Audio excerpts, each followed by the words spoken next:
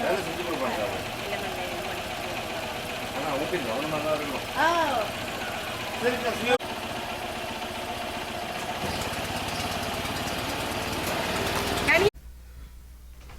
மாவிலாறு அணையை பூட்டியதுக்கு பிறகுதான் இறுதி போர் ஆரம்பிச்சது.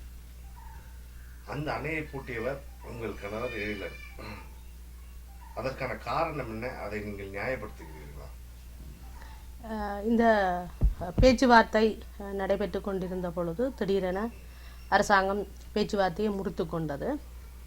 அதன் பின்னர் மாவிலாறு பிரச்சனை என்பது அது ஒரு ஆக்கிரமிக்கப்பட்ட பகுதியினருக்கான அரசாங்கத்துக்கு ஒரு அழுத்தத்தை கொடுக்கின்ற வகையில் தான் விடுதலை புலிகளுடைய இராணுவ தரப்பு அப்பொழுது தளபதியாக இருந்த சொர்ணமண்ணை தாங்கள் அவர்களை ஒரு ஒரு இறுக்கத்துக்குள் கொண்டு வரணும் என்றதுக்காக நாங்கள் அதை அந்த தண்ணியை தடுத்து நாங்கள் ஒரு அழுத்தத்தை கொடுக்கின்ற நோக்கில் தான் அது மூடப்பட்டது. ஆனால் அந்த மாவிலாறு பூட்டுறதுன்றது எழிலன் போய் ஸ்க்ரூ வச்சு பூட்டுறதுன்றது இல்லை. அது அதற்கான பூட்டுறாண்ட முடிவை விடுதலை புலிகள் எடுத்ததன் பின்னர் அதனை அறிக்கை வெளியிடுற ஒரு பேசக்கூடிய ஒரு அரசியல் பொறுப்பாளராகத்தான் அவர் மாவிலாறு பூட்டுகின்ற அந்த அறிக்கையை விட்டிருந்தார். ஆனால் இதுதான் காரணம் என்று யுத்தம் நடந்தது அல்ல. ஏனென்றால் அரசாங்கம் முதலேயே சர்வதேச நாடுகளின் உதவியோட இவையோட யுத்தம் தொடங்க வேணும் என்ற நிலைக்கு வந்துட்டினோம். ஆனால் இது ஒரு சாட்டு. இறுதி யுத்தத்தின் போது நீங்கள் வன்னியில் இருந்தீர்கள். தலைவரை நீங்கள் எப்போது கடைசியாக கண்டீர்கள்? நான் இதுவரையும் யுத்தம் முடிஞ்சு நான் இருக்கும் வரையும் நான் தலைவரை நேரடியாக காண இல்லை. ஆனால் நான் நினைக்கின்றேன் மே 14 இருக்கும். அந்த 14 தேதி அளவில் நான் என்னுடைய பிள்ளையை இந்த அப்பெண்டிசைட் ஆப்ரேஷன் செய்து கொண்டு போய் டாக்டர்கிட்ட அதை அந்த க்ளீன் பண்ணுறதுக்கு அந்த காயத்தை க்ளீன் பண்ணுறதுக்கு என்னுடைய கணவருடைய தம்பியாரும் பிள்ளையை கொண்டு வருகின்ற பொழுது என்னுடைய கணவருடைய தம்பியார் சொன்னார், நாங்கள் இருந்த தரப்பால் ஷெட்டுக்கு பக்கத்தில் ஒரு 4 ஷெட் தாண்டி தலைவர் 4-5 பொடி கார்டோட ஒரு ஓப்பன் பங்கரில் இருக்கிறாரு. அந்த நேரம் நான் போய் பார்க்க விரும்பினான். ஆனால் அந்த நேரம் அந்த ரவுண்ட்ஸுகளும் செல்லுகளும் போக விடாமல் தடுத்துட்டுது. அதே நேரம் என்னுடைய கணவரும் கடுமையான செல்வீச்சு ரவுண்ட்ஸ் வாரபடியால் நீங்கள் பிள்ளைகளை விட்டுட்டு இங்கேயும் போக வேண்டாமன்றதில் நான் அவரை போய் பார்க்க முடியலை. ஆனால் மே 14ஆம் தேதி அவரை மக்களுக்குள்ள பார்த்த பலர் இருக்கிறார். இளைஞரசு பிரபாகரன் கொல்லப்பட்டதா இருக்க? பிரபாகரன் இப்ப மறைந்து இருக்கிறாரா இல்ல ஒளிந்து இருக்கிறாரா? அப்படி மறையக்கூடிய ஆளா பிரபாகரன்? தலைவர் மக்களின் துன்பங்களை இந்த ஒரு துன்பங்களில் விட்டுட்டு தான் மறைந்து வாழ்கிற மனநிலை உள்ள ஆள் இல்லை. ஆனால் எல்லாற்ற மனதிலையும் இன்றைக்கு நீங்கள் எந்த ஒரு விடுதலை போராட்டத்தை நடத்தினாக்களாக இருக்கலாம் அல்லது வேறு பக்கம் இருந்தால் கூட முழுமையாக ஒரு இனம் ஏற்றுக்கொள்ளுற தலைவர் அவர் இருந்தும் இல்லாமல் விட்டாலும் கூட தலைவர் பிரபாகரனை நேசிக்கிற உலகத் தமிழர் முழுவையான ஆக்களை பெற்றிருக்கிறார். அதாலே அவர் எல்லாற்ற மனங்கள்லையும் வாழுறபடியால் அவர் இறந்ததாகவோ இல்லாமல் போய்விட்டாரோ ஒன்று இல்லை. எல்லாற்ற மனதிலையும் அவர் இருக்கிறபடியால் கடவுள்மா இப்போ நாங்கள் இருக்கிறாருன்னு நினைச்சா இருக்கிறார், இல்லைன்னு நினைச்சா இல்லை. இப்போ நாங்கள் அப்படித்தானே ஆலயங்களில் போய் சிலியலை பார்த்து கும்பிடுறோம். அது ஒவ்வொருத்தட்ட மன இதை பொறுத்தது. ஆனால் ஒரு விடுதலை போராட்டத்துக்கு தன்னுடைய குடும்பத்தை அர்ப்பணித்த ஒரு தலைவனாக அவர் இல்லை என்றதை யாராலும் ஜீரணிக்க முடியாத வண்ணமாக தான் இருக்கு. இல்லை, ஒரு 30 வருட போராட்டத்தை கடுமையாக ஒரு சிறிய இனக்குழு ஒரு சர்வதேச இராணுவத்தை போரிட வேண்டிய ஒரு சூழ்நிலை வந்தபோது தமிழக தலைவர்கள் உங்களுக்கு எதுவும் உதவி செஞ்சாங்களா இல்லை வேடிக்கை பார்த்தாங்களா? உங்களை ஏமாற்றி விட்டதாக நீங்க நினைக்கிறீங்களா? இல்லை, நாங்கள் தோற்கடிக்கப்பட்டதற்கு இல்லை, நாங்கள் இவர் எங்கட தலைவர் முதலமைச்சர் எம்ஜிஆர் இருந்த காலத்தில் விடுதலை புலிகளின் போராட்டத்தை உணர்ந்து கொண்டு போராட்டத்துக்கான ஆதரவை கொடுத்திருந்தவர். அது தமிழ்நாட்டின் பக்கம். இந்தியாவிலே அப்போவே 83 ஜூலை கலவரம் வந்த பொழுதே இந்திரா காந்தி அம்மையார் எங்களுக்கு நடந்தது 83 நடந்ததையே இன அழிப்புன்னு சொல்லி ஐநாவில் பேசினோம். ஆனால் இந்திய அரசாங்கம் அதுக்கு பிறகு இந்திரா காந்தி அம்மையாற்ற மறைவுக்கு பின்னர் இந்த நகர்வுகளை கொண்டு செல்லையில். ஏனென்றால் இந்திய அரசாங்கமும் முழு ஆதரவை விடுதலை புலிகள் மக்களுடைய தமிழ் மக்களுடைய பிரதிநிதிகள் தமிழ் மக்களுக்கான காவலர்கள் என்று தெரிஞ்சும் கூட விடுதலை புலிகளை அழிக்க வேணும் என்றதில் இந்திய அரசுக்கும் முக்கியமான பங்கு இருக்கு. அதுக்கு பின்னர் நாங்கள் முள்ளிவாய்க்கால் போரில் நாங்கள் கொல்லப்படுகின்ற பொழுது அப்பொழுது இருந்த முதலமைச்சராக இருந்த கருணாநிதி அவர் உண்ணாவிரதம் இருந்ததும் இந்த வரலாறு நாங்கள் சொல்கிறோம் இருந்ததும் மக்கள் ஏமாற்றப்பட்டதும் ஒரு வரலாறு. அதே போல நாங்கள் கொல்லப்பட்டு கொண்டிருக்கிற பொழுது அங்கு தேர்தல் நடந்த பொழுது அவர் டெல்லியில் தனக்கு இன்ன அமைச்சு வேண்டும் என்ற பக்கத்தில் அந்த பதவியை காட்டி இனத்தினுடைய அழிவை அவர் ஏற்றுக்கொண்டிருக்கின்றனர். நாங்கள் அவருடைய காலத்தில் நாங்கள் ஏமாற்றப்பட்டதாகத்தான் நாங்கள் கருதுகிறோம். கருணாநிதி அவர்கள் என்னுடைய கணவர் கடைசி அந்த யுத்த காலத்தில் கருணாநிதியின் சார்பில் கனிமொழி பேசுவதாக கூறியிருந்த பொழுதும் சரணடையுங்கள் என்று கூறிவிட்டு இன்றைக்கு தலைகீழாக மாட்டி போட்டு தான் ஒரு அரசியல்வாதியாகவே அவ தன்னுடைய பாத்திரத்தை வைத்து கொண்டு போகிறார். ஆனால் அந்த நேரம் மிக தெளிவாக இல்லை. இந்த ஈழத்தமிழருக்கு தெரியும். அப்பொழுது கார்த்திக் சம்பரம் மற்றது வேற எங்கட ஃபாதர் பேர் ஞாபகம் இல்லை, ஃபாதர் கனிமொழி 3 பேருமே இந்த விடயம் ஜெகத் கஸ்பார் ஃபாதர் ஜெகத் கஸ்பார்னு 3 பேருமே இந்த விடுதலை புலிகளுடைய சரணடைவில் இருந்தவர்கள். மருது அந்த நேரம் ஆதரவு போலவும் காட்டிக்கொண்டவர்கள்.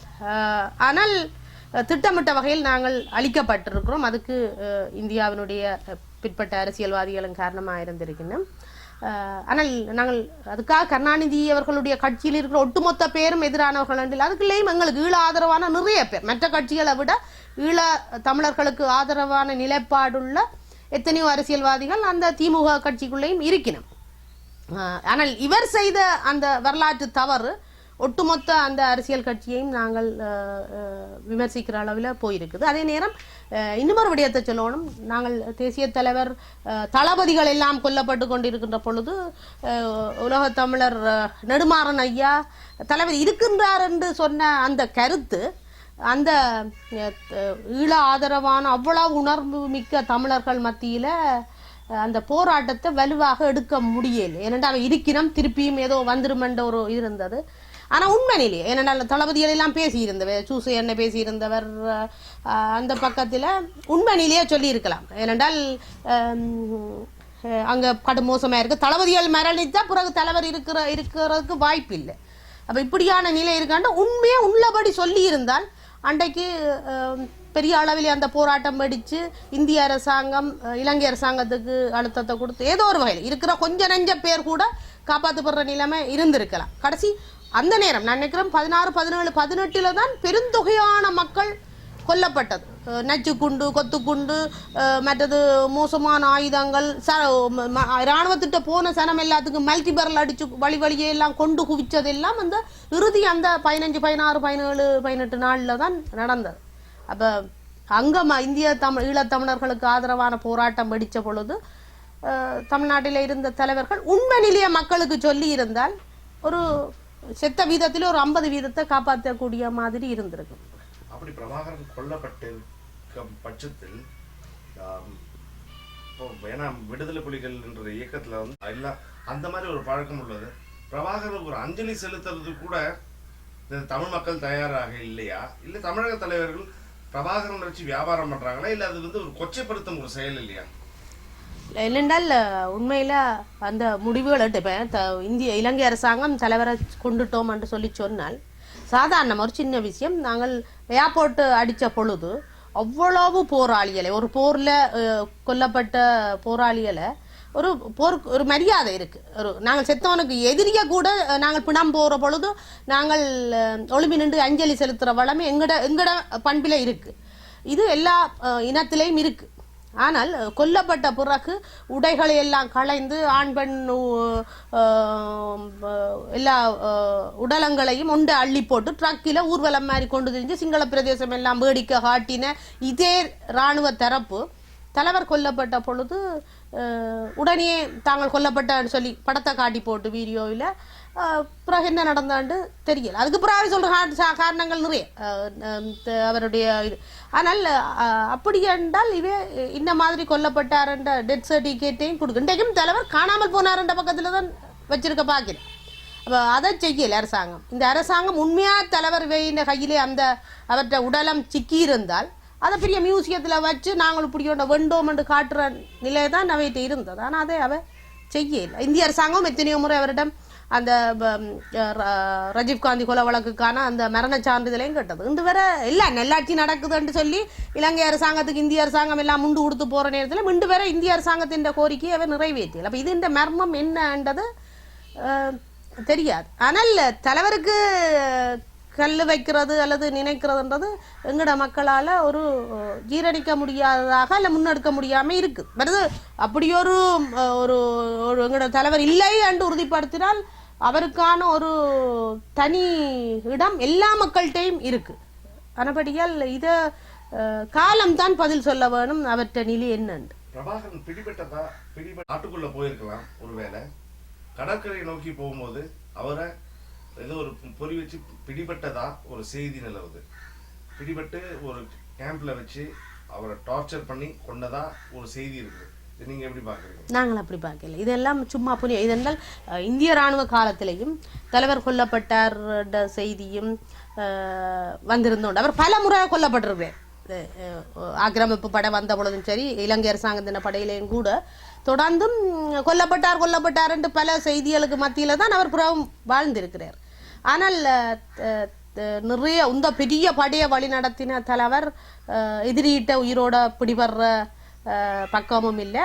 அவரை பிடிச்சு சித்திரவதை செய்கிற பக்க ஆற்றலும் இந்த படைக்கு இல்லை. இன்றைக்கும் எங்கட விடுதலை புலிகள்ட போற வெற்றி கொண்டிச்சினமெண்டா வெறும் சிங்கள படையால முடியாத ஒரு காரியம். சர்வதேச நாடுகளின் முழு பட பலத்தோடையும் ஆயுத பலத்தோடையும் மூளை புத்தியையும் பாவிச்சு தொழில்நுட்பங்கள் எல்லாத்தையும் பாவிச்சு தான் ஒரு விடுதலை புலிகளை அழிச்சதை ஒழிய வெறுமனே சிங்கள படைகளுக்கு விடுதலை புலிகளை இப்படி அழிக்கிறதுக்கான சக்தி இல்லை. அந்த பீரியட்ல என்ன நடந்தது? What happened to இந்த விடுதலை புலிகளுடைய சரணடைவில் சந்திரகாந்தன் சந்திர நேருவும் கஜேந்திரகுமார் பொன்னம்பலமும் இந்த வெள்ளக்கொடியில சரணடைகிற ஆக்கள் நடேசன்னையின் தலைமையில் புலித்தேவன் ரமேசன்னை ஆக்கள் எல்லாரும் முதல்ல வெள்ளக்கொடியோட அவ இன்னிடத்துல சரணடைகிறதுன்றதும் அதுக்கு அதோட மக்கள் பின்னர் அங்கால போறதுன்றதும் தான் பெசில் ராஜபக்சவோட தான் அவர்கள் பேசினதாக தெரிய வருது. ஆனால் எல்லா மோமெண்ட் சொல்லி பெசில் ராஜபக்ச இன்னிடத்துல வெள்ளக்கொடியோட போங்கோண்டு எல்லாம் சொல்லி போட்டு அவர்கள் கொல்லப்படுற அந்த ஒரு மணி நேரத்துக்குள்ள பெசில் ராஜபக்ச போனை ஆஃப் பண்ணிட்டாருண்டு. அது 2009 நடந்த விடயத்துக்கு நான் 2013 தான் கஜேந்திரகுமார் பொன்னம்பலத்தின் செய்தியாக அறிஞ்சோம். அதுவரையும் யாரும் இப்படியான ஒரு சம்பவம் நடந்ததை கூட சர்வதேசத்துக்கோ ஊடகங்களுக்கோ தெரியப்படுத்த இல்லை. ஆனால் சந்திரகாந்தன் சந்திரநேரு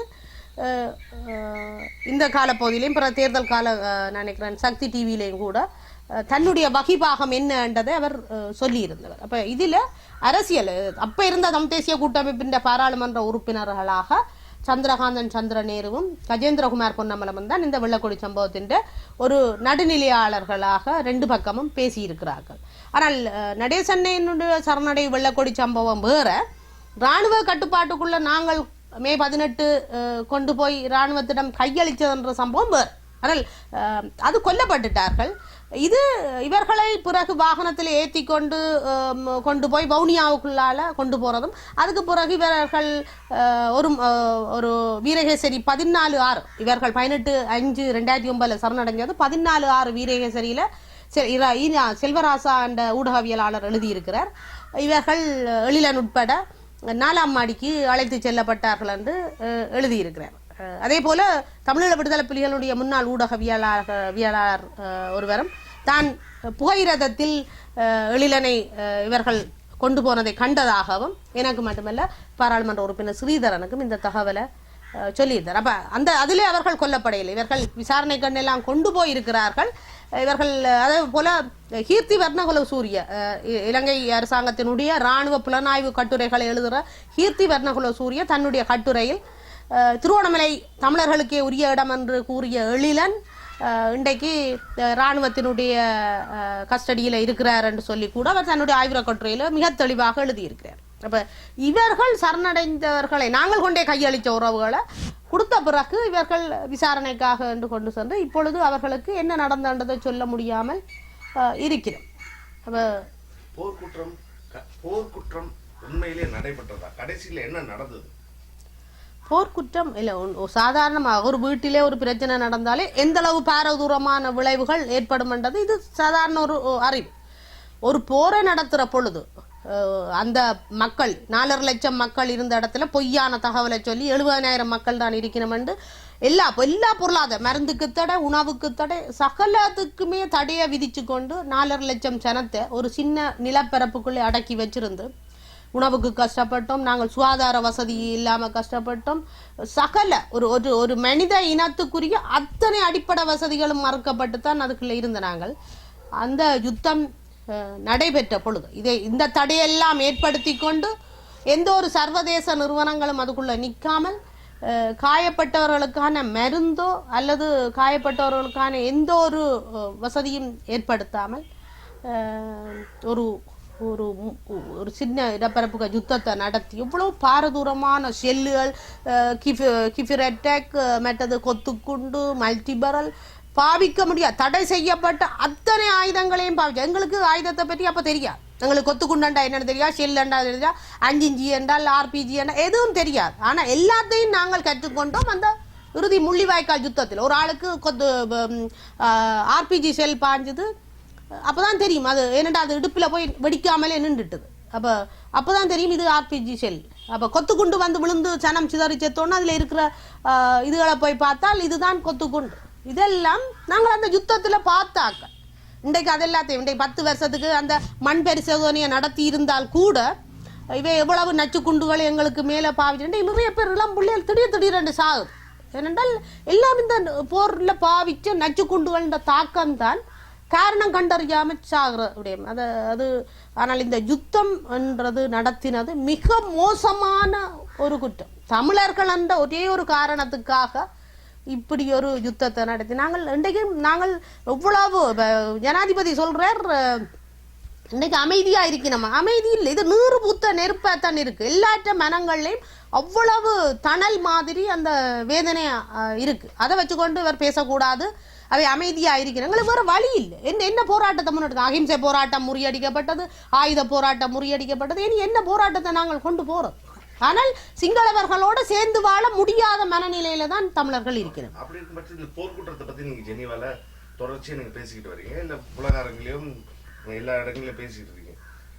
ஆனா நீங்க வந்து மாகாண சபையில ஒரு அமைச்சரா பதவி ஏற்கும் போது இலங்கையோட யாப்ப பதவி பிரமாணம் எடுத்துக்கொண்டுதான் நீங்க வந்து அமைச்சரா பதவி ஏற்கிறீங்க.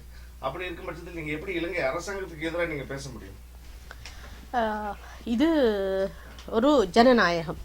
இப்போ ஜனநாயகம் இது என்னென்றால் இலங்கையின் அரசியல் அமைப்பு தமிழர்களின் ஒப்புதலோடு நிறைவேற்றப்பட்ட அரசியல் அமைப்பில் நாங்கள் வாழ இல்லை.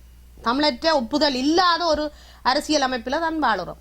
அது பெரினவாத சிங்களவர்கள் தங்களுக்கு ஏற்ற மாதிரி அரசியல் அமைப்பை அமைத்து வச்சிருக்கிறோம். ஆனால் நான் தனியே இருந்த பொழுதும் தனியாக ஒரு ஆளாக பாதிக்கப்பட்ட ஆளாக பேசின பொழுதும் யாரும் கருத்தில் எடுத்துக்கொள்ள இல்லை. பிறகு எனக்கு பதவி வந்து மக்களின் அந்த அங்கீகாரம் தான் எங்களோட கருத்தை செவிமடுக்கக்கூடிய ஒரு நிலையை கொண்டது. இன்றைக்கு நாங்கள் அடுத்த தேர்தலை டார்கெட் பண்ணுறோம் என்றால் எங்களுக்கு பதவி இருந்தால் தான் பேசலாம். பதவி இல்லாட்டிக்கு பேசுறது யாரும் எவரும் கூட கணக்கில் எடுத்துக்கொள்ளுற இல்லை. அப்ப மக்களின் பிரதிநிதியா பேசுறதுக்கு தமிழீழம் என்றது அது ஒரு நாங்கள் இன்றைக்கு இலங்கை அரசாங்கத்தின் பயங்கரவாத தடை சட்டத்தை வச்சுக்கொண்டு எங்களுடைய உரிமை குரலை நெருக்கிற நிலையில தான் நாங்கள் இருக்கிறோம். என்னென்றால் வரலாறு அதை நாங்கள் தமிழீழம் என்று கூட நாங்கள் உச்சரிக்க முடியாத நிலையில தான் இறுக்கமான பயங்கரவாத தடை சட்டம் கொண்டு வந்திருக்கு. ஆனால் தமிழீழ கோரி போராடினாக்கள்ல நாங்களும் ஒரு ஆக்கள். அப்படியால் எங்களோட அனுபவம் சொல்லுது நாங்கள் சிங்களவர்களுடன் சேர்ந்து வாழ முடியாது. ஆனால் இந்த நாட்டுக்குள்ள இருந்து கொண்டு நாங்கள் தமிழீழம் என்று பேச முடியாத வகையில தான் இங்கே சட்டங்கள் எல்லாம் இறுக்கமாக்கப்பட்டு இருக்கு. ஆனால் தமிழீழ கனவு என்றது ஒட்டுமொத்த தமிழர்களுக்கும் இருக்கிற ஒரு கனவு. அதுக்காக அதை அவர்கள் கைவிட்ட இல்லை. எங்களுக்கும் சர்வதேசம் துணை இருக்குமாக இருந்தால் நாங்களும் அந்த கனவை நனவாக்குறதுக்கு முழுமையாக நாங்கள் முயற்சிப்போம். இப்போ கடைசி கட்டத்தில் நீங்கள் இருந்தீங்க, அப்போ பரவலான ஒரு குற்றச்சாட்டு, வெளிப்படையான குற்றச்சாட்டு கூட சொல்லலாம், விடுதலை புலிகள் பொதுமக்களை கேடயங்களாக பயன்படுத்துனாங்கன்னு சொல்லி. இது நீங்க இருந்ததுனால நீங்க பார்த்தது என்ன பார்த்தீங்க? ஏனென்றால் விடுதலை புலிகளுக்கு மக்களை ஏனென்றால் நீங்கள் இதை விடுதலை புலிகள் அடிப்படையாக உணர வேணும். முதல்ல விடுதலை புலிகள் ஒரு காலமும் நாங்கள் அரசியலில் ஆள வேணும் அல்ல நாங்கள் ஒரு பதவியில் இருக்க வேணும் மட்டும் ஒரு காலமும் விடுதலை புலிகள் இருக்கே இல்லை. இந்த மக்கள் இன அழிப்புக்கு ஆளாயிருக்கிறோம், இந்த அரசாங்கம் இந்த மக்கள் மீது மோசமான தாக்குதல் எல்லாம் செய்யுது, அவர்களை காப்பாற்ற வேணுமென்றது ஒரே ஒரு காரணத்துக்காகத்தான் அவர்கள் ஆயுதமேந்தி போராடினார்கள். இப்போ அவர்கள் ஒரு காலமும் நான் முதலமைச்சராக வரணும், நான் பாராளுமன்ற உறுப்பினராக வரணும் எந்த போராளியும் நினைக்கல. எல்லாருமே எந்த நேரமும் களத்தில் தாங்கள் சாகிறதுக்கு தயாராக இருக்கிறார்கள் என்று தான் இந்த விடுதலை போராட்டத்துக்கு வந்தது. அப்போ தங்களோட உயிரை காப்பாற்ற வேணும் என்று சொல்லி விடுதலை புலிகள் ஒரு காலமும் மக்களை கேடியமாக பயன்படுத்தினது இல்லை. உங்களுக்கும் தெரியும், யுத்தம் நடந்து கொண்டிருக்கிற பொழுது மக்கள் அணிதிரண்டு, இந்த கிளிநொச்சியிலிருந்து ஐநா அலுவலகத்துக்கு முன்னால் அணிதிரண்டு கத்தி அழுதாதுகள், நீங்கள் போகாதீங்க, போனால் நாங்கள் கொல்லப்பட்டு விடுவோம் இந்த சிங்கள அரசாங்கத்தால் என்று அழுத பொழுதும் இந்த ஐநா இலங்கை அரசாங்கத்தின் பேச்சை கேட்டு வெளியேறி போன பிற்பாடு விடுதலை புலிகள் தான் இந்த காவலரன்களா அவர்களுக்கு உணவு, இந்த நான் சொன்னேன் 70,000 பேர் இருக்கிற பொழுது 4.5 லட்சம் ஜனத்துக்கு உணவு கொடுத்த விடுதலை புலிகள். அப்போ அரசாங்கம் ஒரு ஒரு ஒரு சர்வதேசத்து நியமத்துக்கு உட்பட்ட அரசாங்கம் செய்யாத கடமையை நிழல் அரசாங்கமாக விடுதலை புலிகள் தங்களுடைய மக்களில் நலன் கொண்டு எல்லா ஒரு வசதிகளையும் ஏற்படுத்தி கொடுத்துருந்தேன். சனம் அடிப்படை வசதிகளோட வாழ வேணுமென்றக்காக செய்திருந்தேன். இப்போ மக்களை காப்புறனா வச்சு தாங்கள் வாழ, மக்கள் இல்லாத விடுதலை எதுக்கு விடுதலை புலிகளுக்கு? அப்போ மக்களை அது என்னன்னா அந்த நேரம் ஊடகங்கள் எங்களுக்கு இல்லை, அரசாங்கம் முழு சர்வதேச நாட்டின் உதவியோடையும் இந்த யுத்தத்தை நடத்தினது. அப்போ யுத்தம் முடிஞ்ச உடனே ஒரு பிரச்சாரமாகவே சர்வதேச நிறுவனங்கள், ஊடகங்கள், இலங்கை அரசாங்கத்துக்கு ஆதரவான ஊடகங்கள் ஒரு மாயை ஒன்றை கொண்டு வந்துட்டு விடுதலை புலிகள் மக்களை கேடியமாக பயன்படுத்தினார்கள். ஆனால் எங்களுக்கு தெரியும் அந்த அந்த இடையில மக்கள் இலங்கை இராணுவத்திட்டு ஓடின பொழுது எத்தனை பெண் பிள்ளைகள் கற்பழிக்கப்பட்டார்கள், இராணுவத்தால் எத்தனை படியங்கள் காணாமலாக்கப்பட்டார்கள் என்றது எங்களுக்கு அந்த யுத்த சூழலுக்குள்ளேயே தெரியும். அப்போ மக்கள் ஒரு கட்டுப்பாடு இல்லாமல் போகிற பொழுது விடுதலை புலிகள் சொன்னாங்க, நீங்கள் இப்படி ஒரு சரியான ஒரு சர்வதேசத்தினுடைய கண்காணிப்பு இல்லாமல் இப்படி போறீங்களா நிறைய புள்ளிகள் காணாமல் போயிருவீர்கள், நிறைய பொம்பளை புள்ளிகள் கற்பழிக்கப்படுவார்கள் என்ற என்னடா இது காலங்காலமாக நடந்த உண்மைதானே. அப்போ அதை சொன்னது.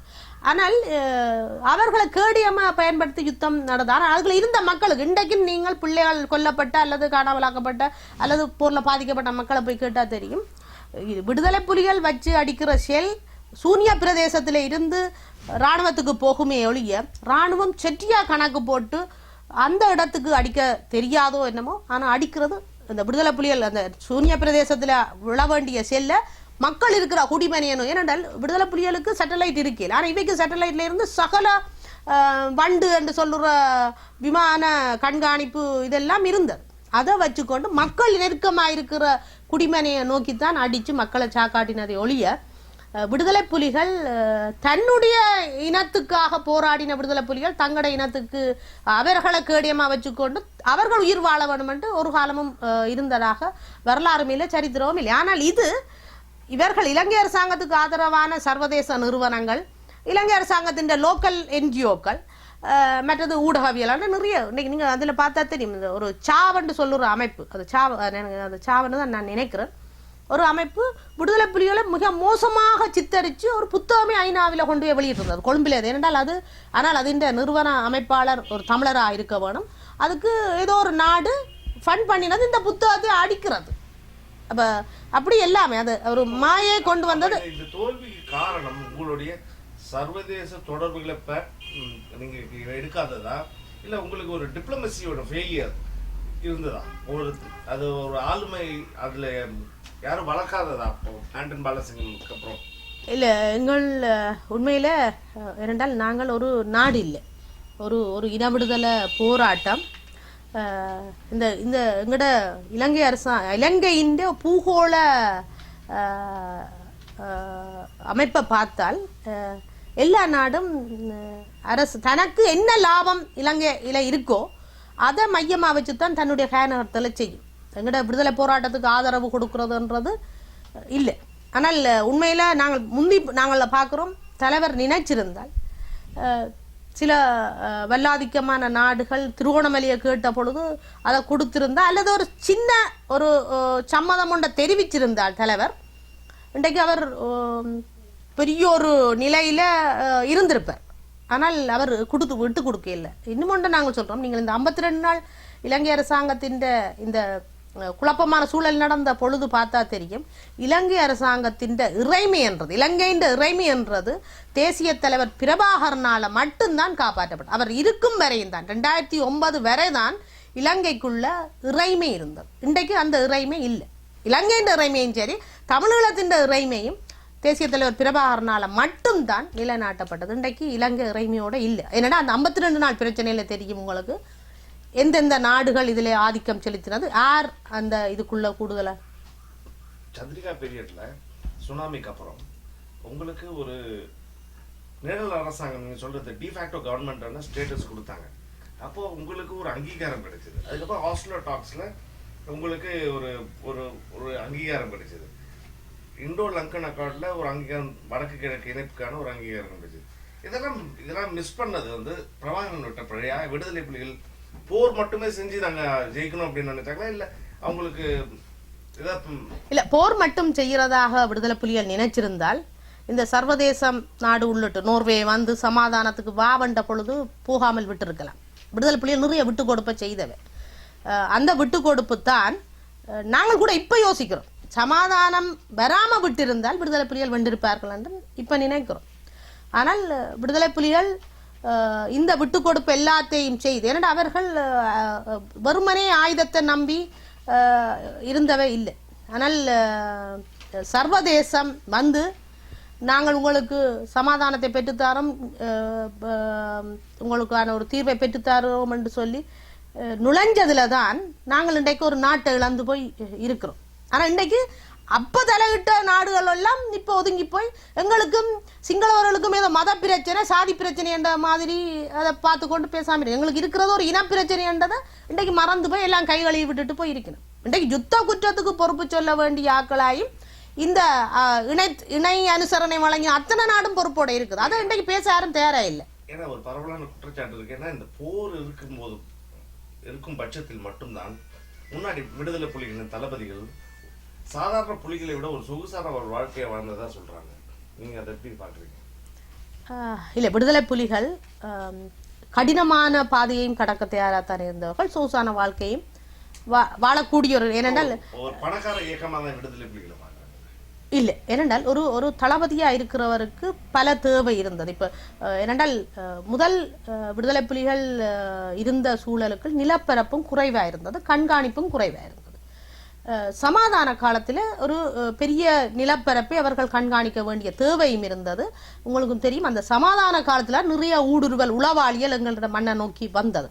எல்லாத்தையும் கண்காணிக்க வேண்டிய தேவை இருந்த பொழுது அவைக்கு வாகன வசதி சகல வசதியும் செய்து கொடுக்க வேண்டிய தேவை இருந்தது. அப்ப அந்த தேவைகளை ஆடம்பர வசதி என்று ஒருத்தர் சொல்லிடலார். இன்றைக்கு அப்படியான வசதிகளோட எந்த தளபதியும் இருக்கல. கஞ்சியும் குடிச்சு மரக்கறியோட சாப்பிட்டு சில நேரம் யுத்த முனையில வளங்கள் அது சப்ளை கிடைக்காதால உணவு கூட இல்லாமல் நின்று யுத்தம் புரிஞ்ச நிலையும் இருக்கு. அனந்தி சசிதரன் அமைச்சரா 3 வருஷம் இருந்தது. 1.5 வருஷம் இருந்தாங்க. ஒரு எம்எல்ஏவா ப்ரொவின்சியல் கவுன்சில் மெம்பரா 5 வருஷம் இருந்திருக்கீங்க.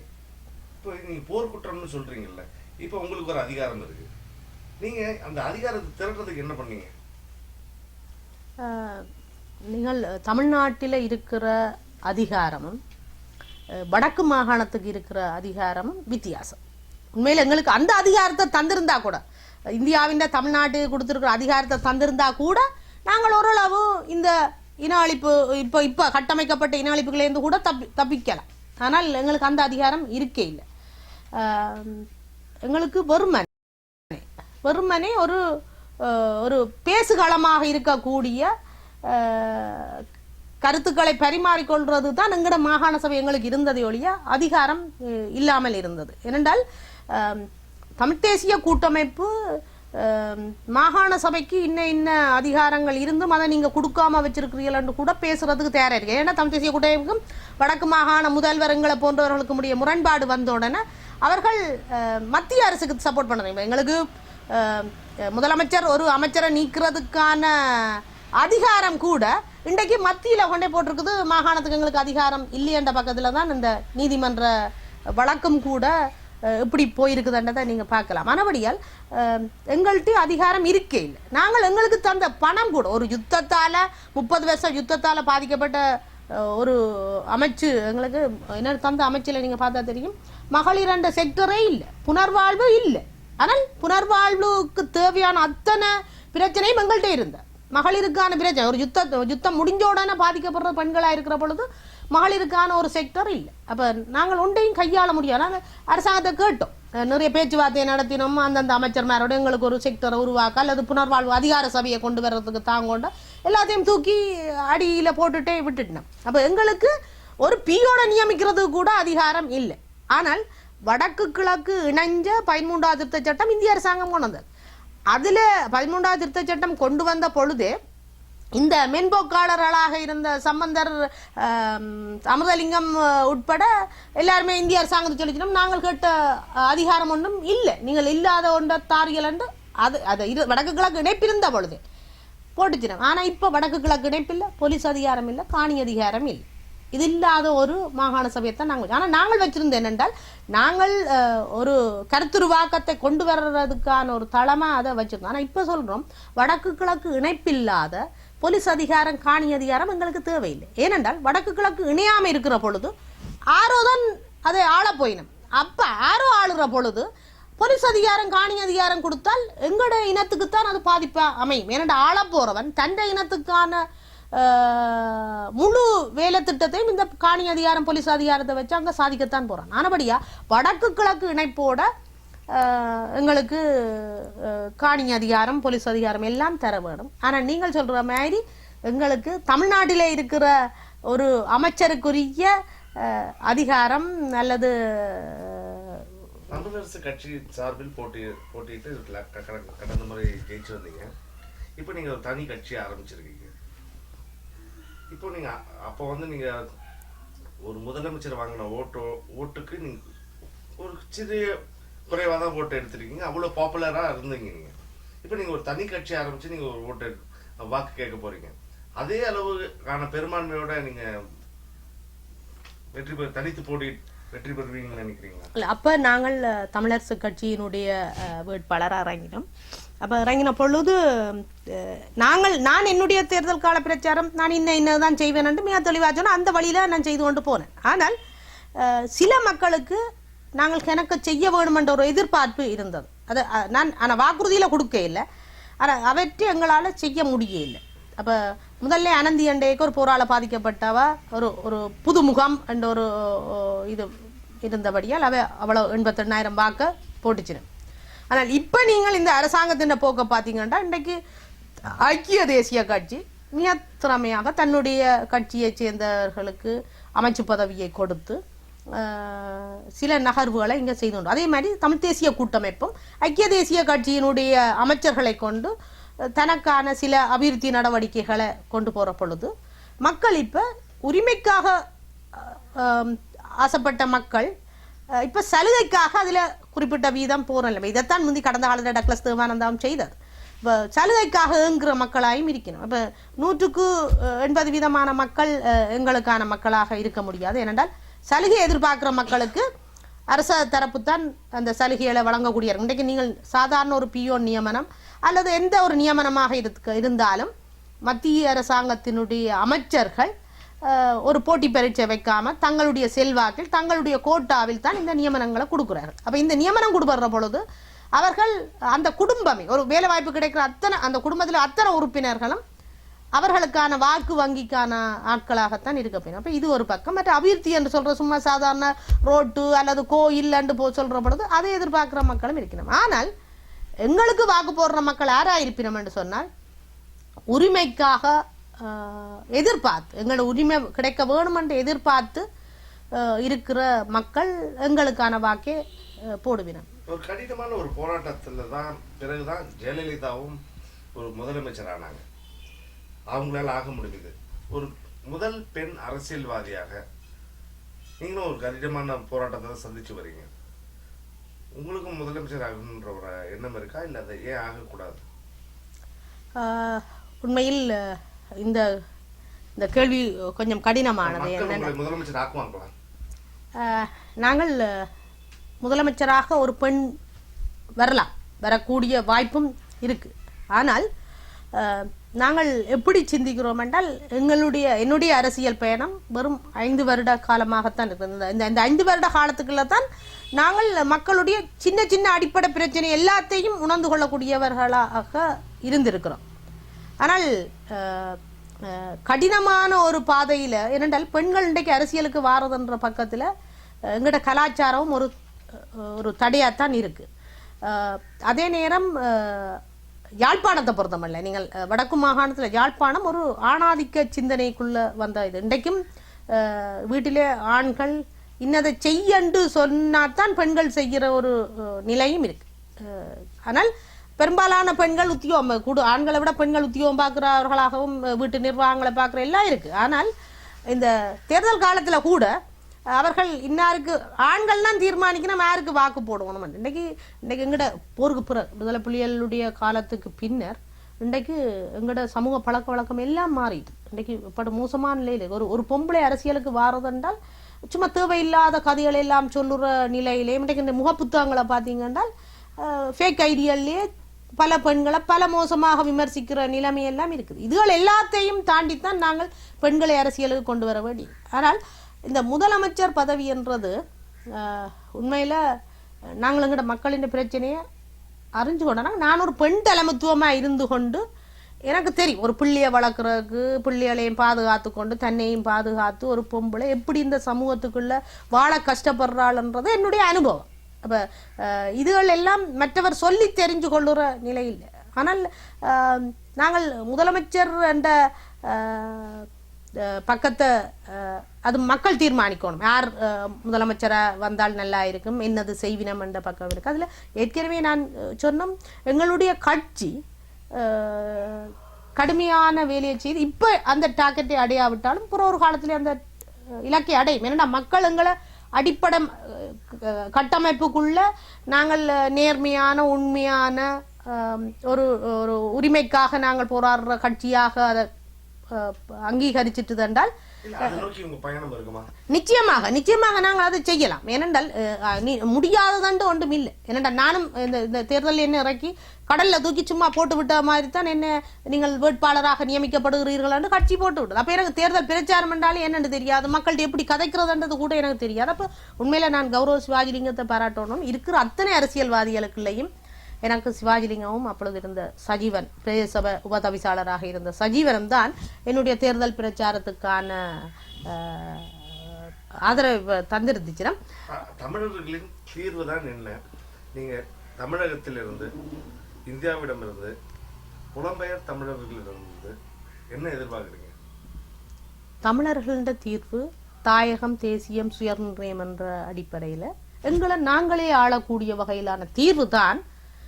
எதிர்வார காலத்தில் நாங்கள் இன அழிப்புக்கு ஆளாகாமல் நாங்கள் எங்களுடைய இன தனித்துவத்தோடு வாழுறதுக்கு வழியாக இருக்குமே ஒழிய இந்த பௌத்தத்துக்கு முன்னுரிமை சிங்களவர்களுக்கு உடன் ஒத்து வாழலாம் என்றது எல்லாம் எங்களுக்கு தொடர்ந்து வர்ற காலத்தில் நாங்கள் அழிகிறதுக்கு இல்லாமலே நிர்மூலமாக அல்லது அந்த இனம் இன்னொரு இனத்தோட கலந்து இல்லாமல் போகிறதுக்கான வழிவகை எல்லாம் ஏற்படுத்தும். மறுபடியும் எங்களுடைய முடிவு தாயகம் தேசியம் சுயநிர்ணய உரிமை ஒன்றை நாங்கள் பெற்றுக்கொண்டு எங்களை நாங்களே ஆள வேணும். ஏன்னா இந்த 30 வருஷ யுத்தமும் எங்களை ஏனைய இனங்களோட ஒப்பிடுற பொழுது அதல பாதாளத்தில் கொண்டே விட்டுட்டு. அப்போ அதல பாதாளத்தில் இருக்கிற ஆக்களை இந்த யுத்தம் முடிஞ்ச 10 வருஷத்துல கூட இலங்கை அரசாங்கம் எங்களை கைதூக்கி விடுறதுக்கு தயாரா இல்லை. இன்றைக்கும் நாங்கள் சும்மா நிவாரணத்துக்கு கையேந்திர நிலையில தான் இருக்கிறோமே ஒழிய நாங்கள் சுயமாக எங்களுடைய வருமானங்களை ஈட்டிக்கொண்டு தனித்துவத்தோட நிற்கிறதுக்கு இலங்கை அரசாங்கம் எந்த ஒரு முயற்சியும் செய்யல. அப்படியான வரவு செலவு திட்டத்தை தான் இன்றைக்கு கண்மூடிக்கொண்டு வரவேற்கிற நிலையில தமிழ் தேசிய கூட்டமைப்பு இருக்குது. அப்ப நாங்கள் நினைக்கிறோம், இந்த யுத்தத்தால பாதிக்கப்பட்ட எங்களை நாங்களே கட்டி எழுப்ப வேணும், எங்களை நாங்களே ஆள வேணும்.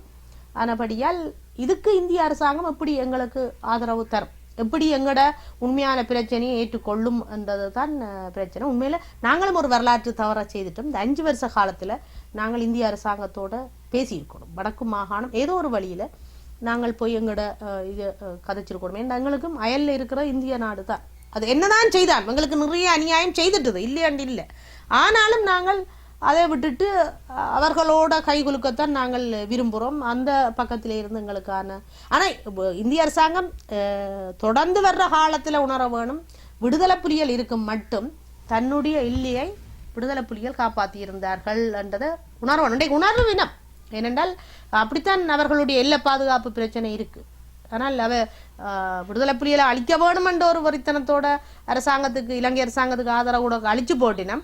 ஆனா இப்ப அதுன்ற அந்த தவறை அவ விட இந்தியா தான் உங்களோட விடுதலை போராட்டத்தை ஊக்குவிச்சது, ஆதரிச்சது. இந்தியா தான் உங்களை அழிச்சதா?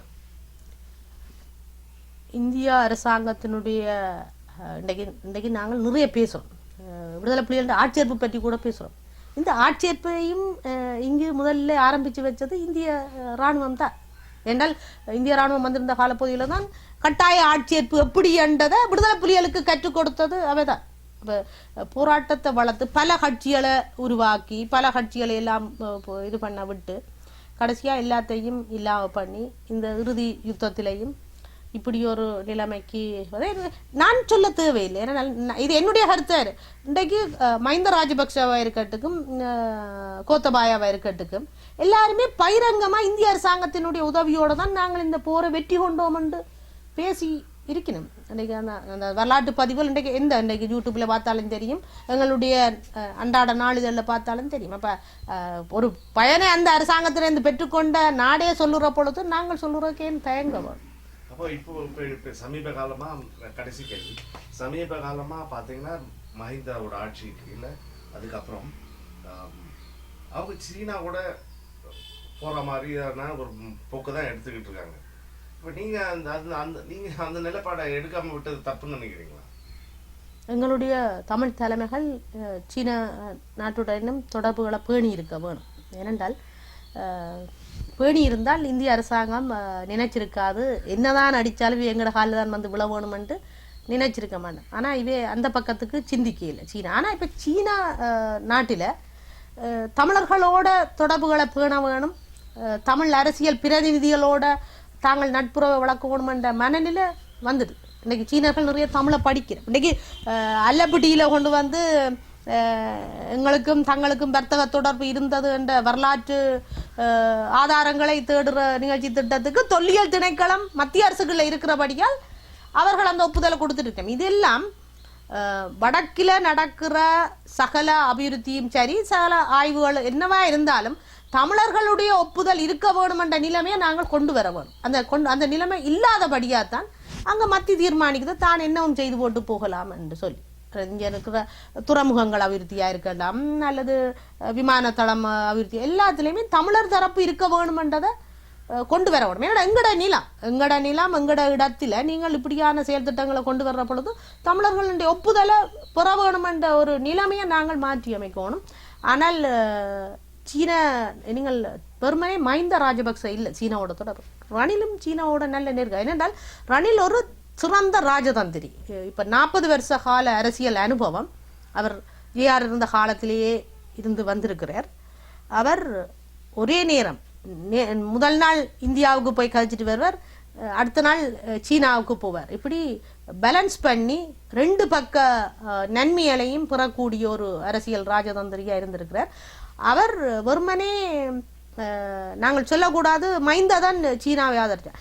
இவர் எதிர்கட்சி தலைவராக இருந்த பொழுதுதான் பல ஒப்பந்தங்களை மஹிந்த சீனாவோடு செய்தது.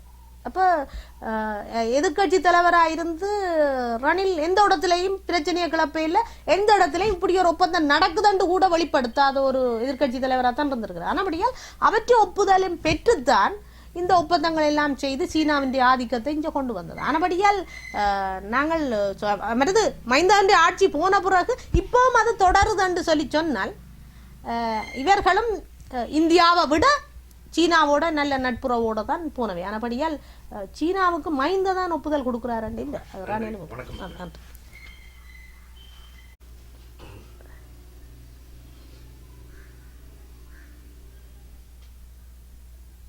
மஹிந்த இந்த போரில் முறியடிக்கப்பட முடியாத எல்லாளரின் பூர்வீகத்தை பாராட்டி ஒரு மணிமண்டபம் கட்டியிருந்தார். மக்களுடைய மனதில் அரசியல் தீர்வை கொடுத்து ஒரு மணிமண்டபம் கட்டியிருக்கலாமே. இது நீங்க வரலாற்றில் செய்த மிகப்பெரிய பிழை. Is it wrong from your side? இது தப்பா தானே? நல்லா இருக்கு.